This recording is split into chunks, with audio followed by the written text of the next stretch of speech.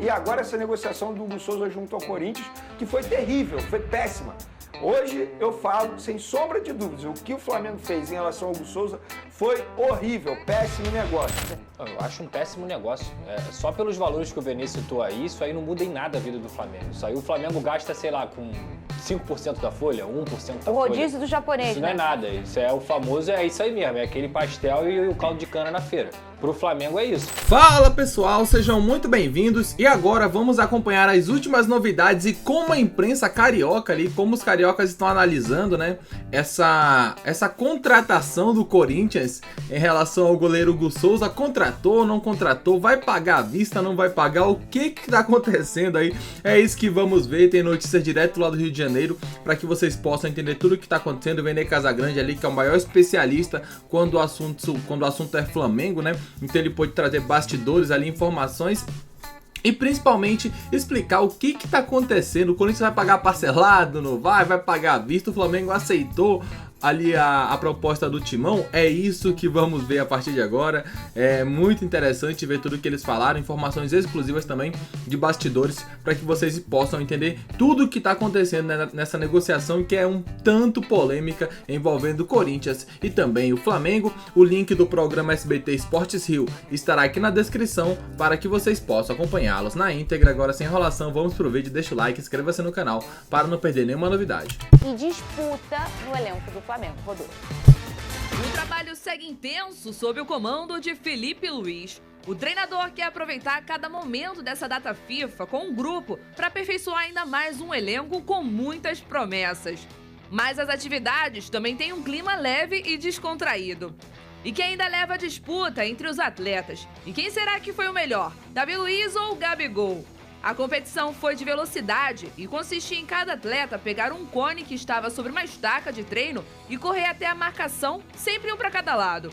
E teve o camisa 99 empolgado após vencer o zagueiro. Já Alan levou a melhor em cima de Bruno Henrique e Ayrton Lucas vencendo Wesley. O novo técnico do Flamengo parece mesmo divertir e motivar o grupo. A equipe ainda tem mais um treino nesta sexta e no sábado e folga no domingo antes de entrar na semana com o clássico e decisão pela Copa do Brasil.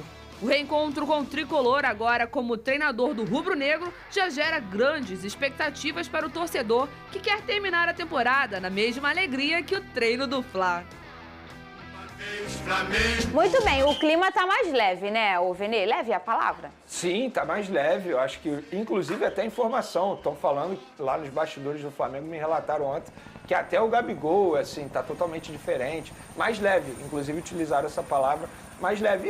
E é normal, assim, nada contra o Tite. Eu acho que é uma mudança de trabalho. Eu não tô falando com a tua fonte não, tá? Eu juro. Não, mas assim, se a gente for parar e analisar, não é nenhum segredo para ninguém que isso poderia acontecer, né?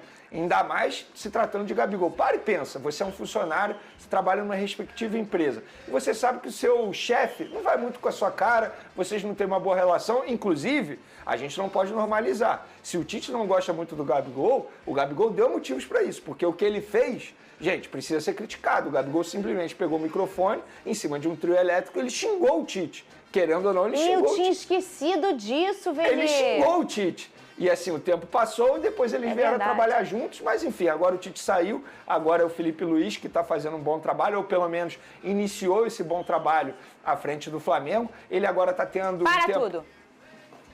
Parou. Boa tarde. Boa tarde, Lucas Pedrosa. Não tinha horário político. Ah, entendi. Avisam na segunda que ia ter, na terça, aí eu procuro no Google horário político, ao motorista, horário político. Avisa que não é ainda negócio de política. Mas olha só, eu quero um desconto, tá? IDR! Alex, por favor, minha camisa que ele não viu. Eu vou ser padrinho de casamento amanhã, minha manhã foi uma loucura, entendeu? Pedro Certezas, te amo muito, tá? Tua manhã foi uma loucura? Minha manhã foi uma loucura. Quem te salvou? Fala pra mim. Essa aqui é a Telefogo.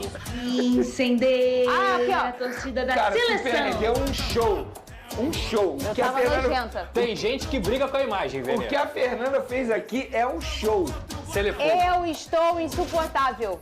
Pode continuar a falar do Flamengo aí que você estava falando. Eu até perdi minha linha de raciocínio. Deixar aqui. Mas provavelmente eu estava elogiando o Felipe Luiz, dizendo que ele está tendo um tempo muito importante para ele poder passar as suas ideias para os jogadores do Flamengo. Mas é óbvio que nem tudo é perfeito. Ele não está tendo os principais jogadores à sua disposição. Isso, querendo ou não, afeta o trabalho dele. Mas eu acho que, independentemente disso, esse tempo está sendo importante para ele também recuperar alguns jogadores em relação à parte física, porque o estilo de jogo dele requer muito a parte física. É um jogo muito intenso, sempre indo ao ataque, ao ataque, ao ataque.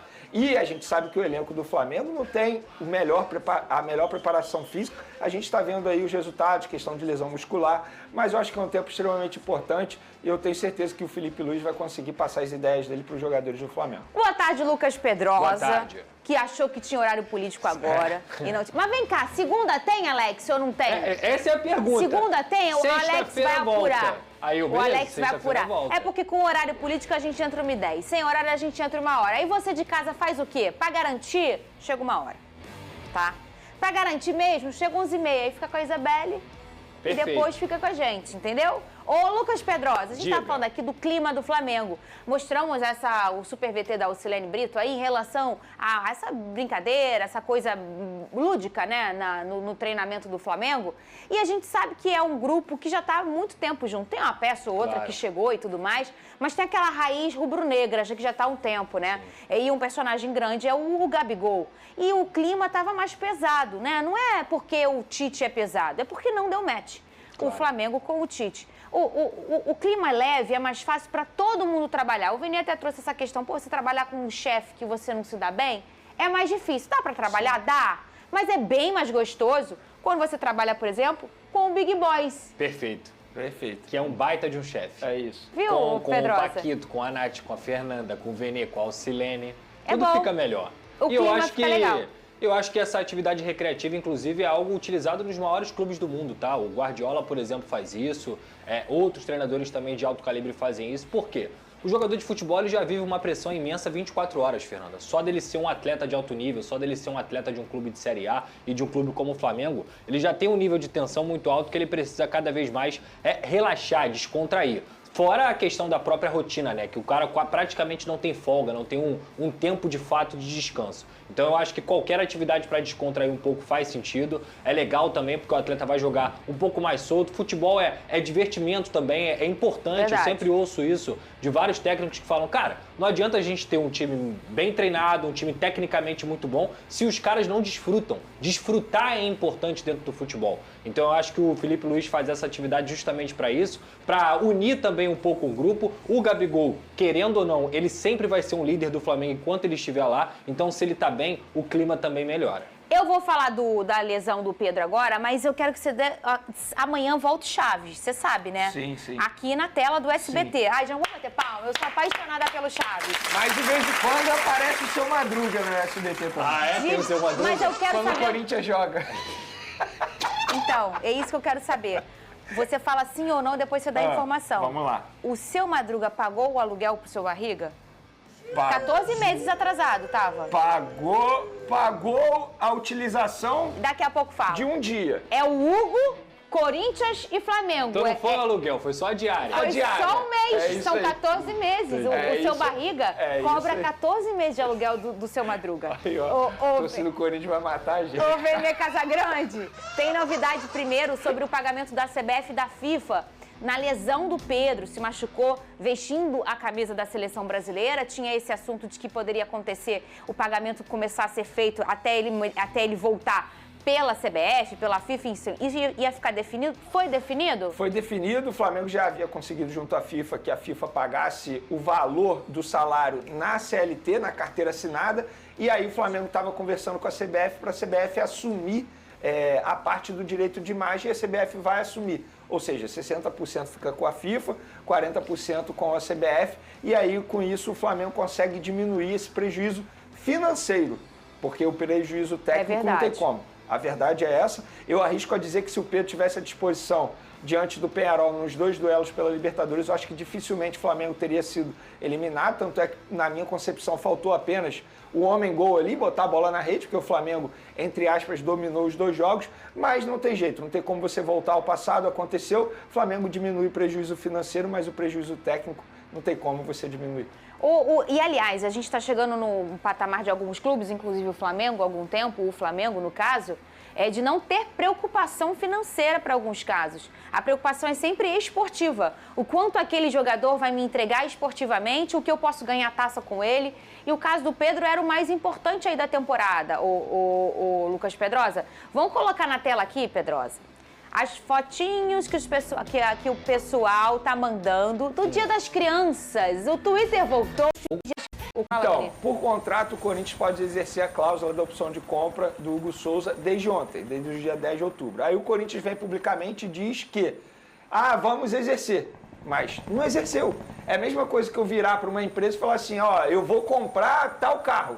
Mas e aí, você vai comprar que dia? Entendeu? O que importa é o dinheiro na conta. E por contrato, o Corinthians Só que o carro já saiu da concessionária, esse é o problema. Por contrato, o Corinthians tem que efetuar o pagamento de 800 mil euros à vista ou apresentar uma garantia financeira que o Flamengo aceite. Apresentando essa garantia financeira que o Flamengo aceite, aí o Corinthians vai poder parcelar a compra de Hugo Souza em 800 mil euros em 4 parcelas com valores iguais. 200 mil euros por parcela, sendo uma em janeiro de 2025, outra em junho de 2025, outra em janeiro de 2026 e outra em junho de 2026. Dito isso, Fernanda Maia, sem sombra de dúvidas, o Flamengo fez um péssimo negócio em relação à venda do Hugo Souza. Primeiro, o valor é super abaixo.